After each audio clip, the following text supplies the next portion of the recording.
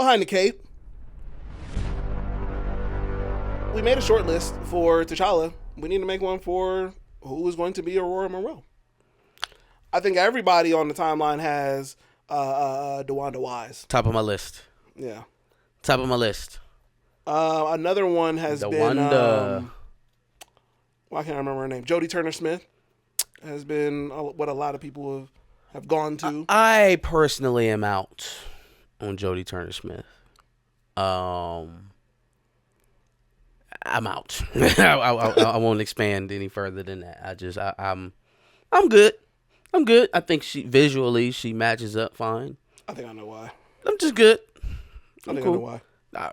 Just throwing that out there. No, I mean she's a fine actor. She's she's relationships with certain people. I didn't say anything about her relationships. I'm talking about her as an actor. I mean industry relationships. As an actor. I mean some other relationships as well. Let's just keep it acting. Like Storm, regalness, right? Mm-hmm. Power, ferocity. Yes. She's imposing, like she's intimidating. Mm-hmm. Do you see The Acolyte? No. Okay. Well, I'm so far away from. If you ever have the misfortune of gracing your eyes on that show, just pay attention to Jodie Turner-Smith's character and tell me that is your Storm. I don't have to talk about her, her relationships and stuff where her baby daddies and whatnot. I didn't say that. I'm talking about her as an actor. Sure. I would like to see someone else take that role. The reason why I lean so far to DeWanda is because not only does she has the look, but she has the command on screen. Yeah. Like I want to see somebody in that role who's going to be comfortable carrying the dialogue, carrying the plot at certain times, being a believable leader, somebody that you would actually want to follow, somebody to aspire. Well, you mentioned Starfire from Titans too, Anna Diop. I think she could do it. She obviously, I've seen now that I've mentioned that on multiple platforms, she has a bit of a Titans hill to climb because of her role in that. But I think she's good. I like her a little bit less than DeWanda, but she's good. My next one, like my number 2, that's like right up there with DeWanda. I keep forgetting her name, but it's the Gotham, the mayor of Gotham from the Batman. Yeah, I forgot her name last time too. Man, you talk about the perfect mix of she's just recognizable that it feels warranted, but not that much that they're gonna be like, oh no, that's the mayor from blah blah blah. No, I can barely formulate her name, and we've talked about her constantly for weeks. Jamie Lawson, and then she's also talented. Yes, Jamie Lawson, very talented. The look is there, visual aesthetic. I like it all. Yeah, I like it all. Yeah, we did say that last time. I just couldn't, like you said, we couldn't really remember her name. But she's been in a couple of roles that I feel like can translate to a decent Storm for sure. Okay, let's see what chat has to say. Glary Bubble says Jodie is beautiful, but she's like watching paint dry. She's a great print model, but a horrible stage presence. Thank you. MoFly says Jodie is way too tall in Hollywood. Only see her as the next Grace Jones. Now the tall thing actually works in her favor. That's what gets us closer to her being Storm. It's when she begins to talk is when it's not, which is crazy because she's had the perfect roles to prove that she can do that and make it believable. I'm not getting it. It's not coming through. Mm-hmm. She played what was it? There was like that British colonial flick. She was like I don't know what she was. I didn't really watch the show, but I've seen her in that. And she was in, obviously, The Acolyte. Queen and Slim was probably my most likable film for her, which also that still didn't. Yeah, I mean I would say that gave her a little bit of presence, but then the movie itself kind of took me out of that. Jodie only fiends for. Oh well, I didn't know. Wasn't aware of that. That's what she'd be doing. All right. Once again, Jamie was gorgeous in The Woman King as a queen. Is that Jodie Turner? Was she? No. Oh, Jamie. Yes, yeah. yes, as the queen. Yes, hell yeah, yes. I like that. I liked her in The Woman King actually. Yeah. Her and Lashana Lynch were probably the two redeeming factors of that movie for me. So Jamie, DeWanda Wise, and Anna Diop. Anna Diop. So what is that? Starfire. 3 or 4? That's 3. These back ones, we should get creative. So now, get off my back when I say this next one. Janelle Monáe. No, fuck no. Absolutely not. But I can get with some Jade Cargill, man. Y'all know I want to see her act. I just don't know if there's some. I think it was Chill. You said it in the comments last week. Like she could play a multiverse, like Deadpool kind of variant of Storm. Sure, that'd be cool. Like, whatever universe came from, where all the X-Men got wiped out by humans for some reason, she could be that Storm.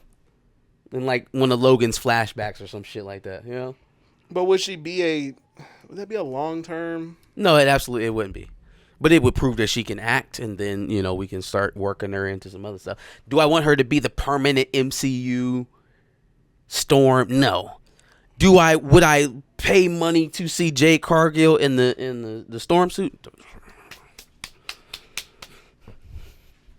Yeah, for sure. Just don't know if we can cross that acting bridge.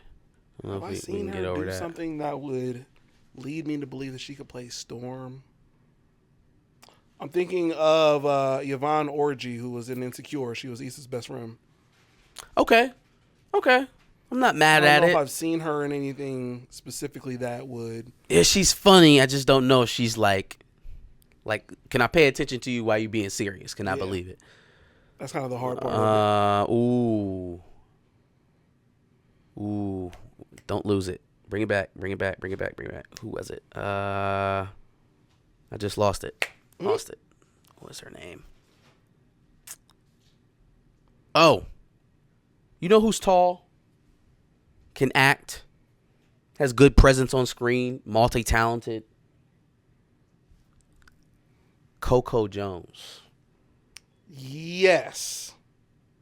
Can she bring Aurora? Can she command the stage? Well, the reason why I brought her name up is because if they're going younger on X-Men, and they decide not to make Storm the de facto leader or a teacher or something like that, tales of what they did with Halle Berry, right? If she's just another one of the kids instead of being an instructor at the school. I mean, we can get her in that 18 to 25 range, right? Still with Coco Jones. She could stand next to Sadie Singh and be a senior to her freshman in college, right? She could be like a graduate student from Cairo while Jean Grey. Acting skills, I just don't know. I've never seen her in a role that was like strong, that big, that big. But it's a demanding role. I also think that they're eyeing her for Tiana in a live action Princess and the Frog. So that's kind of part of that all in the family kind of thing. I don't know. I mean, I as the number 5 on a list of potential Storm picks, I feel like that's a strong number 5. Have you seen Coming to America 2? The most recent one with so you're talking about the daughter Wesley Snipes. Yep. Okay. Yep. Okay. Yeah, she was also wasn't she also in the newer House Party? Let's see. She was not. Her name is Kiki Lane. Kiki Lane. Okay. She was in I've heard her name. Beale Street Could Talk. I know her. She was the wife in Beale Street Can Talk. Mm-hmm. Yeah. Okay. I know her. Yeah. So I mean there's a couple of them. I don't know if I was looking at a fan cast website. Yvonne isn't a superhero. She can do a Nigerian accent and crack a joke, but that's about it. Yeah. I mean, honestly, I just couldn't think of any role that would actually lead me to believe that she could do it for sure. Ryan Destiny would be an interesting. She killed it in Fire Inside. I haven't seen any of the Sonic movies. I'm just not realizing. But did you see the Clarissa Shields joint? No. The girl who played her. I heard somebody mention Teyana Taylor. How was she in? She was in Coming to America, wasn't she? She was, but briefly. I've never seen Teyana Taylor in anything long enough to judge her on her acting skill. She would also be able to. I mean, I know she's decent at acting, but I don't know if she would be. I feel like you got to put her right there next to Jade Cargill. Sure. You know, she's right in the same boat as Jade Cargill. Physically, we're good. Right? Somebody said Tika Sumpter. Tika Sumpter. She was in the Sonic movies. Oh, yeah. Oh, hey. Now, you talk about a dark horse who would come out of nowhere. That would be a blow to Paramount if they were able to poach her to be Storm. But damn. Yeah. No, that would actually be a killer. She's an underrated actor. She's very good. Yeah. She's very good. I'm actually surprised that she... Well, I'm not surprised because it's a cash cow and it's a steady check. So, of course, she's taking it. But, like, she's kind of buried on that cast, man. She doesn't get a lot. They haven't gone and done a quest with her. She's always been involved in the family quest. Like, I'd like to see her in Sonic 4, maybe break out and have her own little Sonic adventure with all of them, with Tails and Knuckles. Could be. Because she's always just kind of like an afterthought. She comes along when everybody's involved. Mm-hmm. But through the first movie, she was just kind of sitting around. Yeah. Showmonger said Tika Sumpter is 44. It just depends on what we're casting here. First of all, black don't crack. Second of all, facts. If she's going to be a leader at the school, then you want an adult. You want an adult. Wanda Wise is about the same age as Tika Sumpter. Yeah. Critical Mass says, I think it's going to end up being Cynthia, y'all. She's box office right now. Let fuck no. She's box office for Wicked. Wicked is box office. Tell me wherever else Cynthia Erivo, you know, for the spell checkers. Oh, yeah. Right. Erivo. What other blockbuster can we attribute to her name? And I'm a fan. Bad Times at El Royale is a classic around here. But let fuck no. Nah, I don't want none of that. No Janelle Monáe's, no Rihanna's. Rihanna's crazy. No Kiki's. No Kiki's. Let's leave that alone. There was some great fan castings for Kiki in last week's Behind the Cape. Shard, Bishop's sister. Man, perfect casting. Is Method Man playing Bishop? Man, you feel me? You feel me? Method Man and Keke Palmer as Bishop and Shard is crazy. Yeah. It's crazy. That is. Oh, man. I just know that they'd get like 10 minutes of screen time, and they'd probably be telling a black joke while they were doing it. Facts. But, man, that would be an awesome casting. The X-Men equivalent of What Are Those? What? Literally. Nah, but if they should talk to Method Man for Bishop. That would be I think that would work for ticket sales. Start getting creative, man. I'm trying all the black women.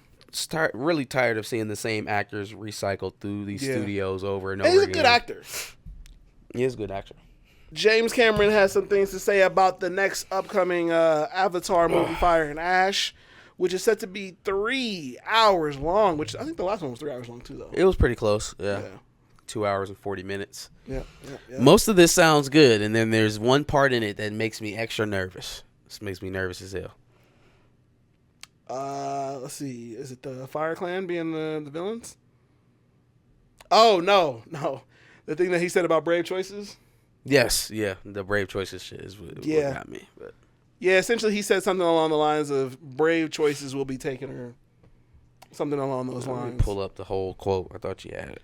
By the way, Marte, you're a wild. What up, Pope Tate? He said Hillary Duff for Storm. Niggas just be trying to get under my skin early in the stream. We just started. Where you at, James Cameron? Where you at? All right, so the first part of it was that the Fire Clan is going to be the villains. The Wind Traders will appear in a nomadic tribe that travels through the air. Those little airships that you've probably seen online through some of the first look stuff. The quote that made me nervous was that he said, if you're not making brave choices, you're wasting everybody's time and money. You've got to break the mold every freaking time. No, you don't. You already have broken the mold. You've recreated the mold. That's what got you Avatar 1 and 2. There is absolutely no reason to go back in this thing and do something crazy from left field. No, there's not. You're already walking a very thin line with this anti-colonialism theme that you got going on coming from your perspective, a white capitalist. Like, you are walking a very thin line with the story, but it's been walking very well. I fear that the attitude towards needing to break the mold is going to lead him to make a decision that's going to have an adverse reaction to the crowd, because that's what he's going for.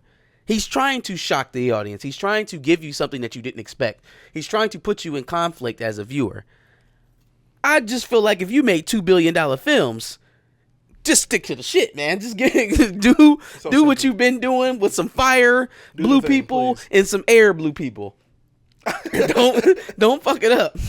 Don't fuck it up. It's so simple. Or it could be so simple.